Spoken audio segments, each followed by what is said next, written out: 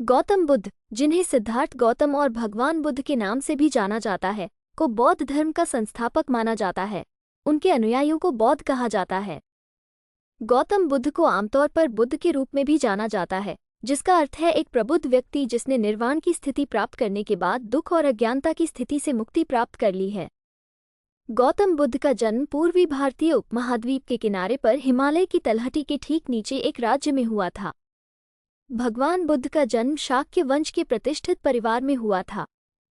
उनके पिता शाक्य वंश के प्रमुख थे और उनकी मां कौलियान राजकुमारी थी। गौतम बुद्ध का प्रारंभिक जीवन। गौतम बुद्ध का जन्म 623 बीसी में दक्षिणी नेपाल में स्थित लुम्बिनी प्रांत में हुआ था। उनका जन्म हिमालय की तलहटी में रहने वाले शाक्य वंश के एक कुलीन परिवार में हुआ था। शाक्य वंश के प्रमुख शुद्धोदन उनके पिता थे, जबकि उनकी माता माया कोलिया राजकुमारी थी। ऐसा कहा जाता है कि दरबारी ज्योतिषियों ने भविष्यवाणी की थी कि वो एक महान संत या बुद्ध बनेंगे।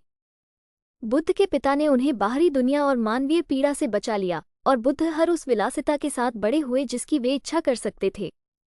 29 साल तक एक आश्रय और विलासितापूर्ण जीवन जीने के बाद बुद्ध को वास्तविक दुनिया की झलक मिली। कपिलवस्तु की गलियों में बुद्ध को एक बूढ़ा आदमी, एक बीमार आदमी और एक लाश मिली। उनके सारथी ने उन्हें समझाया कि सभी प्राणी बुढ़ापा, बीमारी और मृत्यु के अधीन हैं। ये सुनकर बुद्ध को चैन नहीं आया। लौटते समय उन्होंने एक भटकते हुए तपस्वी को सड़क पर चलते देखा।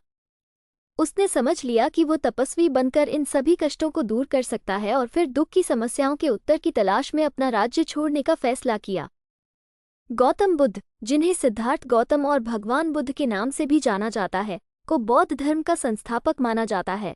उनके अनुयायियों को बौद्ध कहा जाता है।